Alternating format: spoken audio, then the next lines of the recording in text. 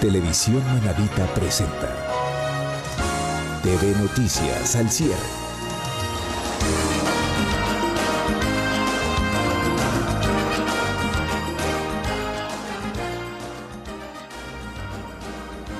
Estimados amigos televidentes en la provincia de Manabí, Ecuador y el mundo, buenas noches, bienvenidos y bienvenidas a su espacio de Noticias al cierre. Estamos iniciando una nueva semana de actividades. ¿Cómo está Víctor Arias en el puerto de Manta? Malena, buenas noches, señores televidentes. Hoy estará con nosotros en exclusiva David Ramírez con una información de lo que aconteció en el US Open. También estará el doctor José Garzón, el abogado Jorge Chiriboga y María Luisa Ceballos. Bueno, tenemos agenda llena en la ciudad de Manta. En Puerto Viejo tenemos apenas un invitado, pero importante al igual que el de usted, ¿no? O sea, que usted se va de largo por lo que veo. Qué bueno, Víctor. Ahí completamos, está chévere. No hay problema, claro que sí. Queda anunciada nuestra invitada aquí en Puerto Viejo. Se trata del abogado Gabriel Farfán. Él es analista constitucional. Nos acompañará esta noche un poco para conversar de varios temas relacionados con la actualidad política. Y un profesional Teníamos de previsto mucho un segundo prestigio, invitado, pero aún no arriba. Perdón, ¿me decía? Que el doctor Gabriel Farfán es un abogado de mucho prestigio. Ah, claro que sí, por supuesto que sí, de esos luchadores, de esos muy analíticos, sí, como señor. Usted, mi querido Víctor. Bueno, vamos entonces, sin más preámbulos, a nuestra pausa publicitaria, la primera de la noche, y empezamos de lleno ya con las entrevistas. Entiendo que comenzamos en la ciudad de Manta. Vamos a la pausa. Entrevista en TV Noticias. Señores televidentes, el periodista David Ramírez de El Diario de Nueva York cumplió toda la intensidad y toda la magia del US Open, donde Rafael Nadal se alzó con la copa. Hoy tenemos sus impresiones aquí en Televisión Manabita vía telefónica. David, buenas noches, ¿cómo le va?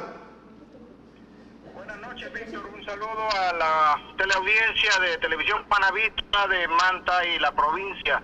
Sí, efectivamente, volvemos a la realidad, digamos así, después de 3 semanas prácticamente del US Open, en que vimos por cuarta vez al español Rafael Nadal adjudicarse el US Open. ¿Qué significa este triunfo de Nadal en el tenis mundial? Significa primeramente hacer historia. Él lo dijo anoche después en la rueda de prensa, que más preocupado que otro jugador en ganar Grand Slam, para él lo importante es hacer historia. En cuanto a los números de títulos, se acerca peligrosamente ya, podríamos decir. Si Federer tiene 20, Nadal acaba de llegar al número 19, es decir, solamente a un título del considerado más grande jugador de tenis de toda la historia, que es el suizo Federer. ¿Y cómo, David, vivió la ciudad de Nueva York, ese público que ahora es tan importante que asiste a los escenarios donde se realiza el US Open?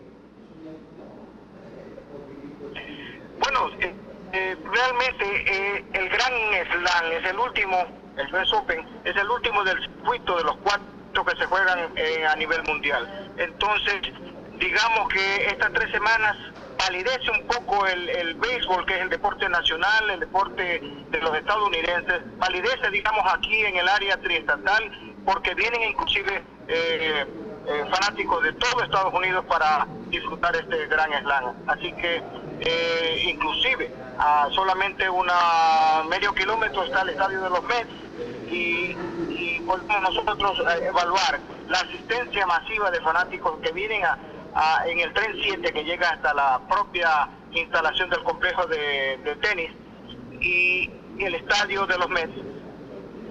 ¿Qué me dices? El público. Sí, dime. ¿Qué me dices, David, de la percepción que tienen los comunicadores de diversas partes del mundo que compartieron con usted todo el evento?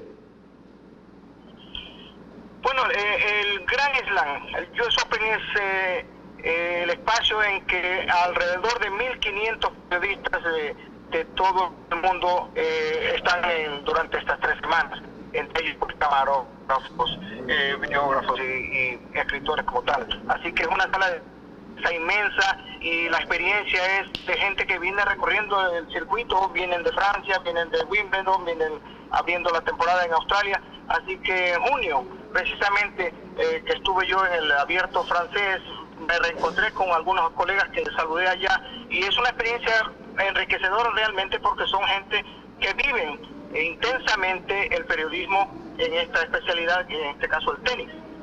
Hábleme ahora rápidamente, David, del Open femenino y de esa participación impresionante de la persona que juega en silla de ruedas.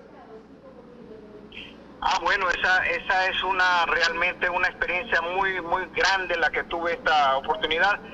Gustavo Fernández, el jugador número 1 del mundo en el ranking de silla de ruedas, tenía el gran desafío de completar el Grand Slam. Venía de ganar el Australian Open, el Abierto francés y Wimbledon en junio, y resulta que en la semifinal cayó ante un jugador francés, David Duan, por 3 sets. Pero bueno, lo importante aquí es la entrega, como la demostración de pundonor, de garra, de deseo de superación, de gente que está inmovilizada de sus piernas, que tiene que moverse a través de una silla de ruedas, que muestra que todos son capaces de hacer deportes y llegar a los grandes niveles que ellos llegan en este circuito internacional.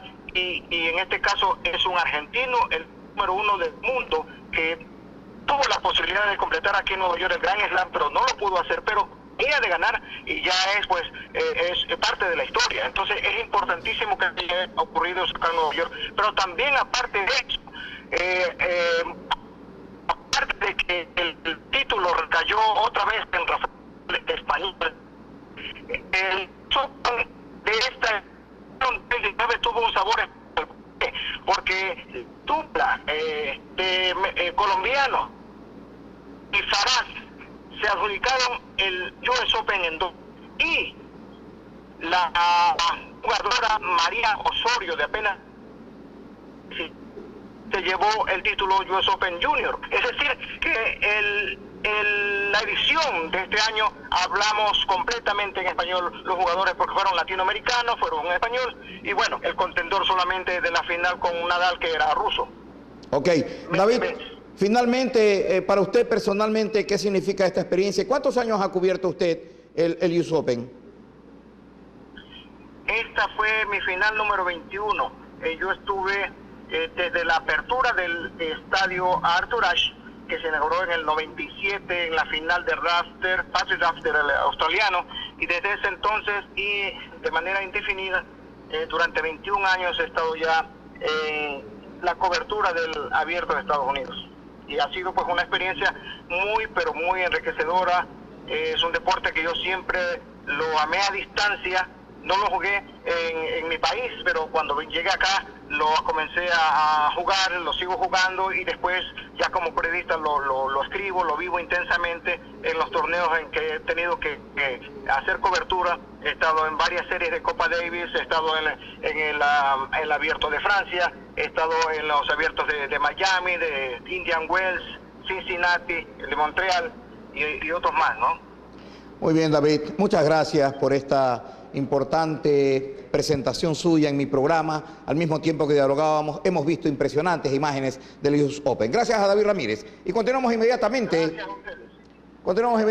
desde Puerto Viejo. Adelante, Malena, con más invitados.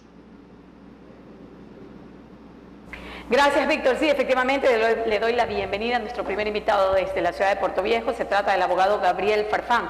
Él es constitucionalista, nos acompaña esta noche para conversar de varios temas. ¿Cómo le va, abogado? Bienvenido, buenas noches. Buenas noches, Malena, buenas noches a toda la teleaudiencia de Televisión Manabita. Para mí siempre un gusto estar acá acompañándoles y hablando de temas de importancia para Puerto Viejo y para Manabí. Bueno, ¿cómo ve usted el tema político en términos generales en el Ecuador? Le digo esto porque usted es muy analítico, más allá de ser abogado, es muy analítico en estos temas de interés político, y últimamente vemos algunas situaciones que causan incomodidad, que vienen del gobierno central, algunas propuestas también que se fijan hacia la Asamblea Nacional, por decir de alguna manera, y esto pues ha provocado reacciones en los ecuatorianos y en las ecuatorianas. Bien, mi análisis en el tema político es que en los actuales momentos el Ecuador es un país polarizado dentro de sus fuerzas políticas. Adicionalmente, eso que está pasando a nivel nacional está causando muchos efectos también acá en la provincia de Manabí, especialmente cuando vemos que esas tendencias políticas acá en la provincia están dividiendo aún más en este caso, las tendencias políticas de Manabí, y de una u otra manera eso está afectando esas obras, esos proyectos que en su momento se anunciaron para la provincia. Es lamentable ese malvenido tradición de ver a Manabí como un botín político, un botín electoral, y solamente que nos busquen para un tema de candidatura. Sin embargo, nuestra provincia, pues más allá de eso, tiene todo el talento y tiene todo el personal de profesionales, de ciudadanos, de activistas, para poder llevar adelante todas estas obras, todos estos proyectos que nos llevarán al progreso. Entonces, en ese sentido, este afán divisionista tiene que llamarnos la atención a los manabitas y tiene que invitarnos a evitar caer en este juego del bicentralismo, de mantenernos divididos a los manabitas, y de esta forma, pues, que esos proyectos se vayan derivando a otras latitudes del Ecuador. Vemos cómo en estos momentos el tema de la refinería, el anuncio desde el gobierno nacional de que se ha hecho un llamado internacional a inversionistas para ver en qué lugar de la costa ecuatoriana se construya una refinería, causa una conmoción acá en Manabí, pero creo que es una conmoción tardía, recordando que pasaron más de 12 años desde el anuncio de la construcción de la refinería del anterior gobierno.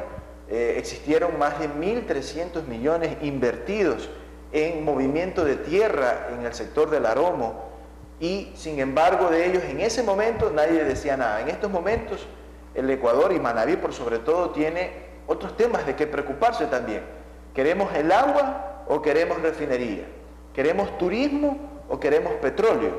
Tenemos que tener en cuenta que esto, que son nuestras potencialidades, los recursos hídricos, nuestra potencia turística, no es compatible con las actividades ahí hemos visto petroleras. En estos momentos algunos frentes ciudadanos denominados cívicos que se toman el nombre de Manabí, y creo que eso resulta chocante hasta cierto punto, ¿no? Porque primero hay grupos de cualquier índole, a favor o en contra, que se tomen el nombre de los manabitas. Para empezar, eso está de más, ¿no? No pueden hacer, sin embargo se lo está haciendo. Entonces hay varios grupos, algunos frentes denominados cívicos, como decía, que se autodenominan representantes de los manabitas, que están ya manifestando su malestar y están protestando y van a tomar algunas medidas o acciones de hecho relacionado precisamente con el tema de la refinería en ese sentido, ¿no? En el supuesto no consentido de que definitivamente la refinería no se dé acá en la provincia de Manabí. Más de que se haya invertido esa cantidad, dicen que no son 1.200, sino 1.500 millones de dólares, solamente en movimiento de tierra. Impresionante, increíble. Pero hay otro grupo también que dicen que se lleven la refinería, que nunca hubo aquí en Manabí, porque en realidad nunca hemos tenido nada, que se lleven su contaminación a otro lado. Muchos grupos ecologistas hemos escuchado, y si usted va y le pregunta a los comuneros de todas esas zonas aledañas, dicen exactamente lo mismo. El perjuicio que les causó ese gran movimiento de tierra por una supuesta construcción de una refinería que no significó nada hasta este momento, que no ha significado nada más que llevarse ingentes cantidades de dinero de los ecuatorianos sobre pretexto de ese movimiento de tierras, es lo que hay en este momento en la provincia de Manabí. No tenemos nada, Gabriel. ¿Cómo podemos entonces creer o pensar que va a haber un perjuicio a Manabí más del que ya ha habido? Para poder tener un perjuicio deberíamos de haber tenido algo, como tú bien lo dices, y en este caso yo creo que es una distracción que nos están llevando estas personas que están afín a la refinería. Vamos a ver quiénes están afín a la refinería. Los que están afín a la refinería en muchos casos, en su gran mayoría, son gente identificada con el anterior gobierno. Y por eso yo mencionaba en mi alocución anterior, ¿por qué no reclamamos en el momento de que pasaron más de 10 años, 11, para no ser muy difuso en los años, desde el 2008 hasta acá? ¿Por qué no se reclamó que no se estaba construyendo la refinería? Porque más de 1.300 millones de dólares que se invirtieron en ese sector no se lo hicieron en un año, fue en los 2 o 3 primeros años. Y el principal inversionista siempre fue el gobierno nacional. Ahora, tú también trajiste algo a colación. Los grupos que están a cargo de este tema deberían de tener en consideración cómo responder ante la provincia de Manabí por las afectaciones que podrían también llegar y que siempre estuvieron en el escenario. No olvidemos que para hacer el movimiento de tierra destruyeron un bosque que existía en ese momento. El bosque tropical seco, que era protegida, área protegida, y sin embargo no les importó nada. Hicieron solamente eso, mover tierra, poner, quitar, sacar, y el resto ya los ecuatorianos lo saben. En estos momentos, si el anuncio presidencial de que la construcción de la nueva refinería no recae en la provincia de Manabí, no recae en el Aroma, porque recordemos también que es también potestad del inversionista ver en qué lugar lo va a realizar. Nuestra discusión como manabita no tiene que ser solamente el tema de la refinería, sino que también tenemos que analizar qué va a pasar con esos 1.300 millones que están ahí en tierra, en tantas hectáreas en el sector, el sector del Aroma. ¿Cómo podemos aprovechar ese espacio para potenciar la productividad de los manabitas? ¿Cómo podemos aprovechar ese espacio también para poder extender un beneficio al sector pesquero, al sector industrial, que de una u otra manera, con prácticas ambientales compatibles, pudiese realizar una actividad económica? Manabí en estos momentos necesita trabajo, Manabí en estos momentos necesita mejorar su producción, y también no podemos los manabitas ser indiferentes ante estos actos de corrupción también que están involucrados en estos temas y que está en manos de las autoridades la investigación. Y no, pues la cerecita del pastel viene siendo también los dineros de la reconstrucción. No, resulta que Manabí, usted lo dijo al inicio, es un gran potencial cuando se trata de vislumbrar los votos, pero hasta allí. Yo quisiera saber qué se han hecho durante todos estos años por esta provincia, que no hayan sido vías que ya están destruidas, que no se hicieron ni siquiera nunca al 100% de la red primaria, estoy hablando, solamente de la red primaria, menos ahora, no se lo va a hacer tampoco, pero todas esas cosas, aparte de la red primaria, ¿qué más se hizo para Manabí? Yo quisiera, por favor, que alguien me diga qué es lo que se logró para Manabí. Nos dijeron un aeropuerto internacional. Vayan a ver, ahí estamos en Galpones, en Manta. Nos cerraron el de Puerto Viejo y nos dieron supuestamente un espacio en el aeropuerto de Manta que lo iban a potenciar. No lo potenciaron jamás.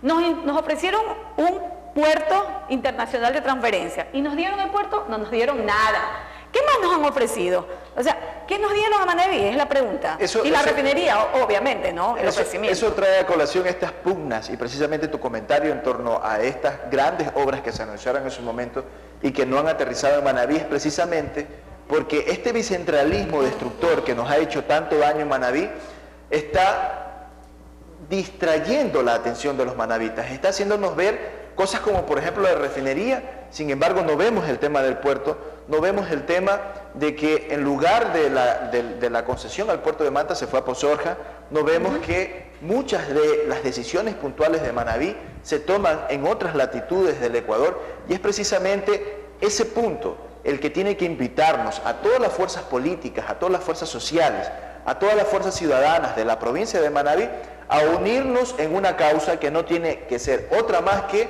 unir a todo Manabí. Malena, recordemos que en el año 2015, en el mes de septiembre, estamos ya próximos a cumplir 4 años de la ratificación de la decisión de Manabí de que la Manga del Cura fue manabita, que siempre fue manabita. Ese hecho histórico de ratificar algo propio de Manabí, la territorialidad de la Manga del Cura, fue la muestra más clara que cuando todo Manabí se une, somos capaces de alcanzar todos los que nos proponemos. Entonces, en estos momentos, los manabitas tenemos que centrarnos, no en distraernos en esta agenda que el bicentralismo nos está imponiendo, tenemos que enfocarnos en descubrir o en potenciar esos proyectos que son realizables a corto plazo y que nos van a fomentar lo que te mencioné anteriormente. Manabí necesita trabajo, Manabí necesita potenciar su turismo, Manabí necesita reforzar, los manabitas necesitamos reforzar nuestra producción, porque solo así podemos construir un mejor futuro también acá, desde Manabí para el Ecuador. Y yo quiero insistir en el tema de la reconstrucción. Allí hay dineros que son de Manabí y que son de Esmeraldas. ¿Y dónde están esos recursos de manera transparente? Es lo que quisiéramos saber. ¿Qué tan cierto es que el recurso le corresponde a Puerto Viejo, Manta, Chone, Bahía y todos los cantones que sufrieron una grave afectación por el terremoto del 2016, y qué porcentaje le corresponde a la provincia de Esmeraldas y sus zonas que tuvieron la mayor afectación de esa misma forma. Yo creo que es indispensable que nuestros alcaldes, que nuestro prefecto y que en este caso también las autoridades que están frente a todo lo que tiene que ver la Secretaría de la Reconstrucción clarifiquen este panorama, un poco para ir viendo cifras e ir concretando, y después no vayan a decirse nuevamente que son dineros vagos, ociosos que están allí y que por eso no han sido utilizados, no han sido invertidos en la reconstrucción, en la verdadera reconstrucción de la provincia de Manabí. Finalmente. Sí, en ese tema, pues la priorización que hicieron anteriores autoridades, pues está siendo revisada por los organismos de control, y precisamente el llamado que tú haces es muy importante, porque tenemos que entender que esos dineros, que no son de nadie, sino que son de los afectados del terremoto, precisamente tienen que llegar a cubrir esas necesidades que en el Manabí y en Esmeraldas aún no ha llegado. Porque tampoco podemos decir que no ha llegado cierta ayuda de los fondos de reconstrucción. Lo que pasa es que algunos se han tomado, o sea, cuando les conviene dicen que son dineros de la reconstrucción del gobierno, cuando no les conviene dice que no. O sea, hay un juego también que se ha prestado, malicioso, politiquero, para algunos hacer creer a la gente o ver espejismos. Yo creo que por eso le decía que es importante que haya una clarificación en el tema de los valores y todo lo demás. Lo más importante y lo que yo quiero rescatar es que lo que se hizo mal en épocas anteriores no puede seguirse cometiendo. Lo importante es corregir y que en este caso las autoridades decidan que esos fondos lleguen a cubrir necesidades generadas por el terremoto y que podamos superar las afectaciones que fueron producidas. Muy bien, gracias, abogado Gabriel Farfán, por haber estado con nosotros en esta noche. Es tiempo de nuestra pausa publicitaria. Víctor Arias tiene más entrevista en TV Noticias. El prestigioso abogado José Garzón nos visita esta noche. Es un profesional con una rutilante carrera como penalista y hoy se ha hecho cargo de dos causas espectaculares de las que vamos a hablar más adelante. Doctor, le damos una cordial bienvenida. Buenas noches, ¿cómo le va? Muy buenas noches, doctor Víctor Arias. Una buena noche a la teleaudiencia manabita y al país. Qué bien. A ver, doctor, ¿por qué hay esta relación que ahora se pretende hacer? Pues hemos visto que hay una campaña para defender la inocencia de las cajeras del banco. ¿Cuál es su visión general, pero breve, por favor, del evento? Sucede una cuestión muy sui generis en Manta. A nivel nacional se han dado muchos hechos similares que el legislador lo recogió en un solo tipo penal: secuestro extorsivo. Sucedió ahora último en el Coca con el Banco Internacional. Sucedió en el Banco de Guayaquil, recuerdo en Puerto Viejo cuando al gerente le hicieron lo mismo, lo secuestraron. Sucedió con el banco, el que queda en Supermaxi, cuando secuestraron a la gerente en un vehículo tipo taxi. Es decir, estas víctimas pierden su decisión, su voluntad cuando son sometidas por la fuerza, más aún cuando son secuestradas en su domicilio. En los 3 casos fue así, en los que he mencionado, o en los 4. Son secuestradas por estos señores, por estos victimarios, y luego que la tienen sometida toda la noche, toda la madrugada, aparte de que han ejercido un tipo de violencia psicológica, un tipo de violencia física, el verlos con armas, el verlos encapuchados, que es el común denominador de todo eso, pues bueno, las obligan a las cajeras, obligan al gerente a que realice de una u otra forma un acto aparentemente doloso.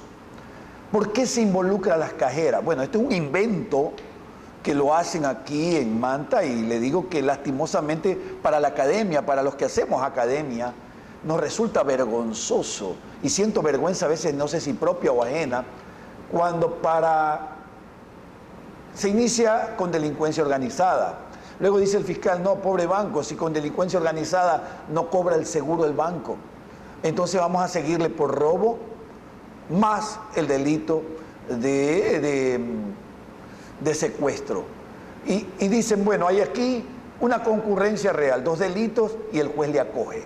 Sí, concurrencia real, pero por Dios, ¿qué es concurrencia real? y que es concurrencia ideal. La concurrencia real se basa simplemente en la sumatoria de penas de delitos que han sido sentenciados. Si sentenciaron un delito que cometió en enero, otro que cometió en abril, cada una de esas penas ya sentenciadas, ejecutoriadas, viene un juez que es el juez de garantía penitenciaria y suma las penas que no pasen de 40. Ese es el concurso real. Pero aquí viene y dice, no, es que aquí hay concurso real, se inventaron. Y aquí hay un concurso por robo para que el banco cobre el seguro. Ok.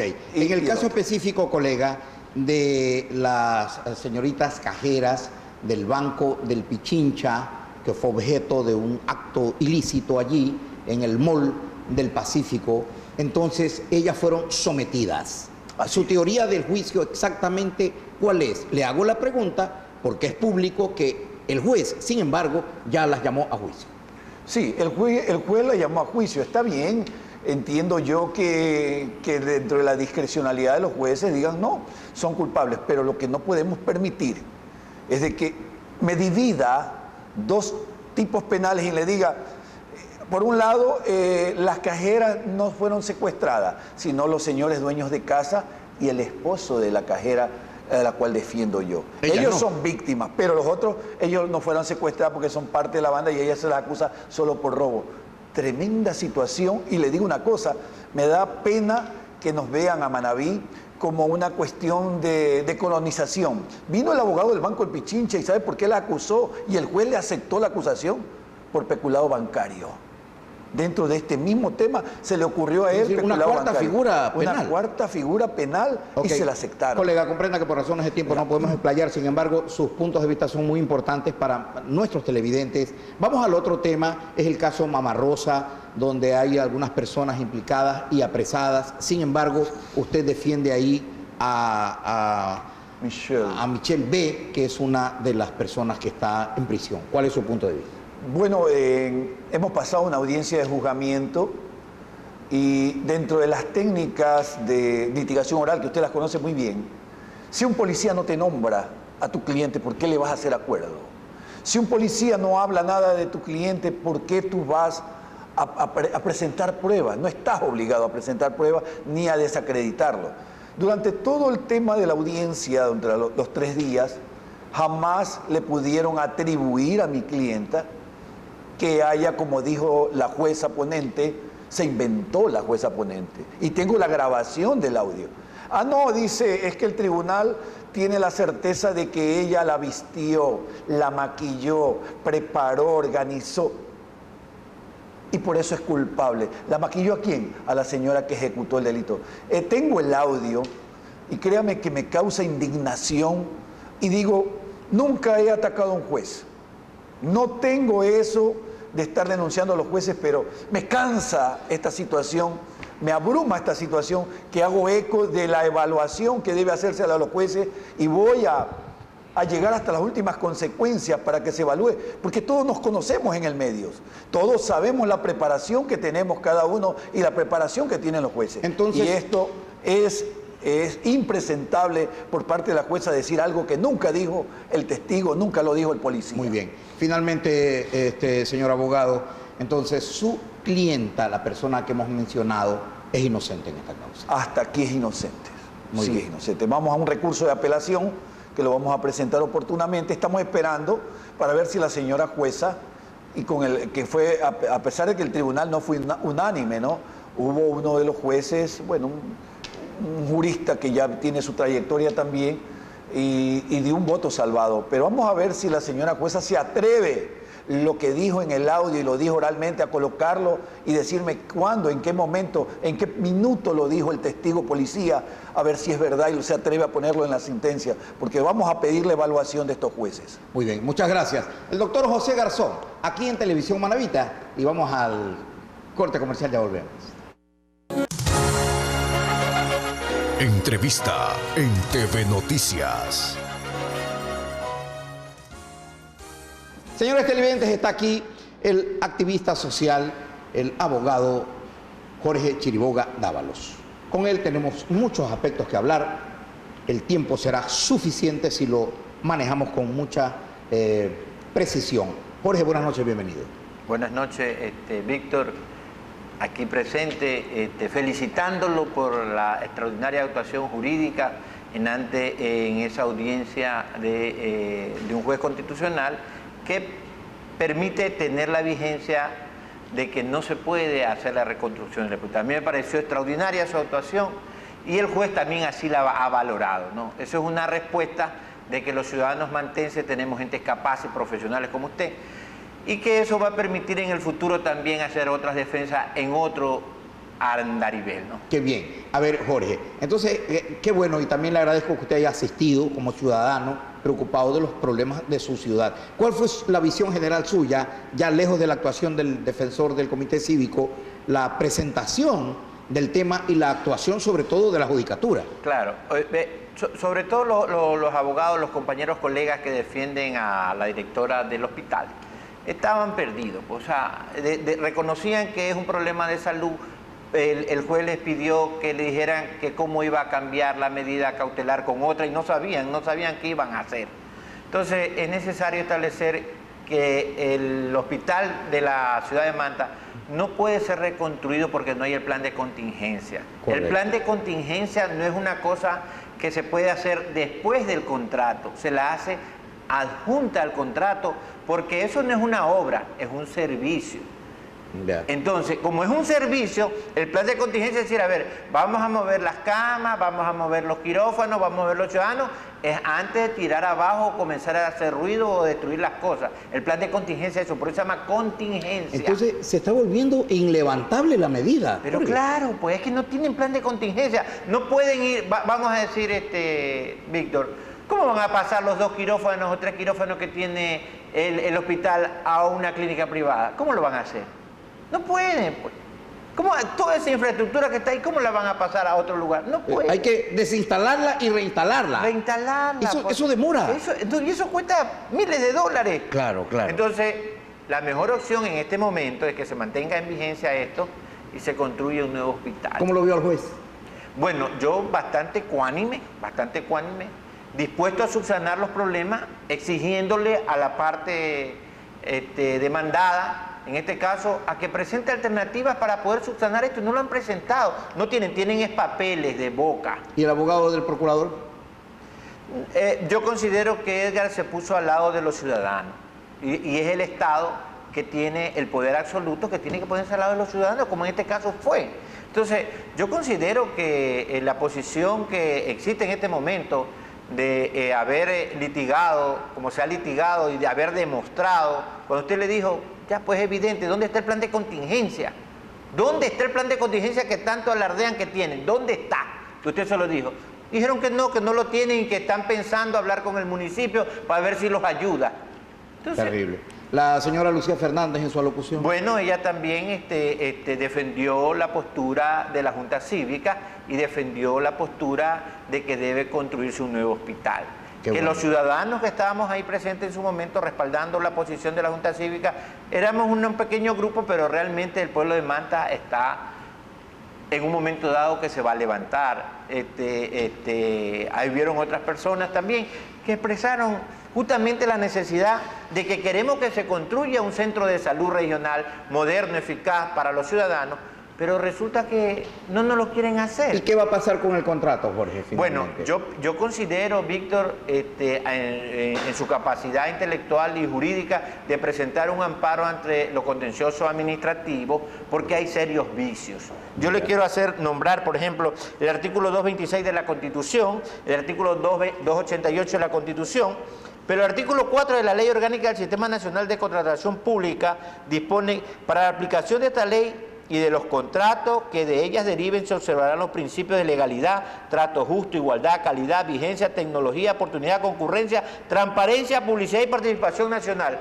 Aquí no ha habido nada, está cuestionada ese contrato. Ese contrato tiene vicios de consentimiento. Entonces, su propuesta es que vamos a la vía contencioso administrativo. Contencioso administrativo para que ese contrato se declare nulo y haya vómito prieto. Muy bien, gracias al abogado Jorge Chiriboga, quien estuvo aquí en Televisión Manavita. Ciertamente que ha causado furor en el foro y en los ciudadanos la realización de la audiencia de hoy que dirigió el juez Olge Rodríguez con mucha solvencia en una de las salas del Palacio de Justicia de Manta. A solicitud, la audiencia fue solicitada por el Hospital de Manta para pedirle al señor juez que revoque, que levante la medida cautelar que ya pesa sobre las obras civiles que se están haciendo en el hospital. Y lo explico en 10 segundos, señores televidentes. El Hospital de Manta entró en un proceso de reconstrucción porque sufrió muchas afectaciones del terremoto. Y para que empiece a trabajar, la empresa contratada para reconstruirlo requería, por mandato de la ley, de las leyes de salud y de los protocolos de salud, tener ya implementada una contingencia, es decir, un acto que reemplace el servicio que presta el hospital, adecuar otras salas, otros servicios, otros sistemas para que no se detenga la atención en salud, que es prioritaria de acuerdo con la Constitución y la ley. Como un poco se hizo al revés, el juez ordenó suspender los trabajos y hoy querían que se revocara la medida para que pueda seguir trabajando el empresario que se adjudicó el contrato de reconstrucción. Esto no se dio, el juez lo negó y está con nosotros María Luisa Ceballos, una de las proponentes que asistió en calidad de amicus curiae a la judicatura hoy, a quien vamos a saludar con mucha cortesía. María Luisa, buenas noches. Muchísimas gracias, Víctor, por recibirme en tu programa, y realmente el día de hoy fue un día muy importante para la ciudad en el sentido de que se hizo eco al pueblo. El pueblo se empoderó de un problema y salimos en defensa de todos esos médicos, de enfermeras, de los pacientes que estaban dentro del hospital cuando se empezó a derrocar la escalera de emergencia y empezar una obra de reconstrucción sin haber desalojado a estas personas. O sea, fue un llamado de auxilio que nos hicieron al Comité Cívico Interinstitucional de Manta, y como siempre, las obras se hacen y nadie es consultado. De repente apareció la adjudicación, de repente empezó la construcción y nunca se sociabilizó. Actuamos inmediatamente y inicialmente entablamos el diálogo, pero al ver la negatividad de estas personas, acudimos ya a la parte legal, se interpuso la medida cautelar, y el día de hoy sí realmente me siento feliz porque el señor juez actuó como debía ser, en defensa de la vida, en defensa de todas esas personas y en defensa nuestra, porque no es posible que se empiece una obra sin haber la contingencia, y la contingencia no iniciaba porque no había el terreno. Adicionalmente, que nunca se incorporó la contingencia dentro de la obra del Hospital Rodríguez Zambrano. Simplemente fue un tema separado, aparte. Ponen dinero de la reconstrucción en una institución que es de salud. Esta institución no tiene la capacidad de hacer un proyecto, que era lo que tenía que inicialmente, era el paso inicial para que se pueda hacer toda la licitación. Y lo que más nos llamó la atención es las personas que firman. Son el jefe de mantenimiento, son la persona que está en la dirección de recursos humanos, está la asistente de ella, personas que no tienen capacidad, o sea, no son ingenieros, no son arquitectos, no son nadie. Ok. A ver, María Luisa, entonces, este proceso que lo inició ciertamente el Comité Cívico ha tenido un rotundo éxito. ¿Qué es lo que ha pasado con algunos funcionarios allí, que la gente se preguntan, qué pasó con el exgerente y los demás? Bueno, tenemos conocimiento que al exgerente lo presionaron muchísimo porque querían que se firme el anticipo del 70%. Al señor gerente adjudicó la obra un 8 de julio y el 11 de julio le llega una notificación del viceministro de Calidad de Salud, en donde le dice: declárese desierta la obra porque tiene muchísimas irregularidades. Entonces, en ese momento actúa el director, le notifica al actual gerente, que en esa época era la jurídica, y le oficia, le dice: declárese desierto porque existen irregularidades en el proceso. Y nadie actúa. ¿Qué pasó con el tesorero? Nuevamente lo obligan a salir al doctor Bermúdez, y igual lo notifican al pagador que ya no pertenece a la plana de empleados del Hospital Rodríguez Zambrano porque se negó a poner su huella digital y efectivamente realizar el pago. Tenemos conocimiento de que a una persona que tiene un cargo menor en la parte administrativa le hicieron calificar su huella y al parecer sí ya hicieron el desembolso de la contingencia, lo cual no debió haberse hecho. Ok, María Luisa, el juez le decía a usted hoy, luego de que usted le entregó esas carpetas grandes con esa documentación, que va a derivar esto a un órgano de control. Efectivamente, nosotros hicimos una auditoría y copiamos muchísimo de lo que ya estaba escrito en los memorándums, en los oficios que enviaron la ministra de Salud, el Zonal 4, este viceministro de Calidad del Ministerio de Salud, que ya evidenciaron las irregularidades. Entonces lo que nosotros hicimos fue reconfirmar y encontrar nuevas irregularidades, nuevos hallazgos, y sorpresivamente descubrimos que había una obra que era una escuela, ya, que correspondía al proyecto del Hospital Rodríguez Zambrano. ¿Qué significa? Que copiaron y pegaron acá a este proceso de contingencia. Prácticamente ni siquiera omitieron una coma. Casi transcrito, dice usted. Casi transcrito. ¿Y qué dijo el juez hoy día a usted cuando usted le presentó esas carpetas? Se le presentó la documentación y el juez indicó que iba a hacer llegar eso a la Contraloría. También pienso que se debería hacer llegar al SORCOP, porque tenemos la comunicación del SERCOP, donde también oficia e indica, declárese desierto porque el proceso presenta irregularidades. Entonces, realmente esto nos hace empoderarnos más, porque nos damos cuenta de que tenemos que corregir eso. O sea, no es posible que no haya ni Dios ni ley. Estas personas no tienen ni siquiera no tienen temor de que les caiga la justicia. Esto puede llevarse a niveles ya penales. Entonces no es posible que nosotros en esta provincia continuemos con esta manera de manejar la cosa pública. Muchas gracias, María Luisa, por estar aquí. Ciertamente hoy usted se enfrentó a medio gobierno, ¿eh? Habló como abogada. Muy bien. Bueno, María Luisa Ceballos, gracias por estar aquí. Ella representa al Comité Cívico Interinstitucional, con lo cual estamos despidiendo este informativo y nos vemos el día de mañana, señores televidentes.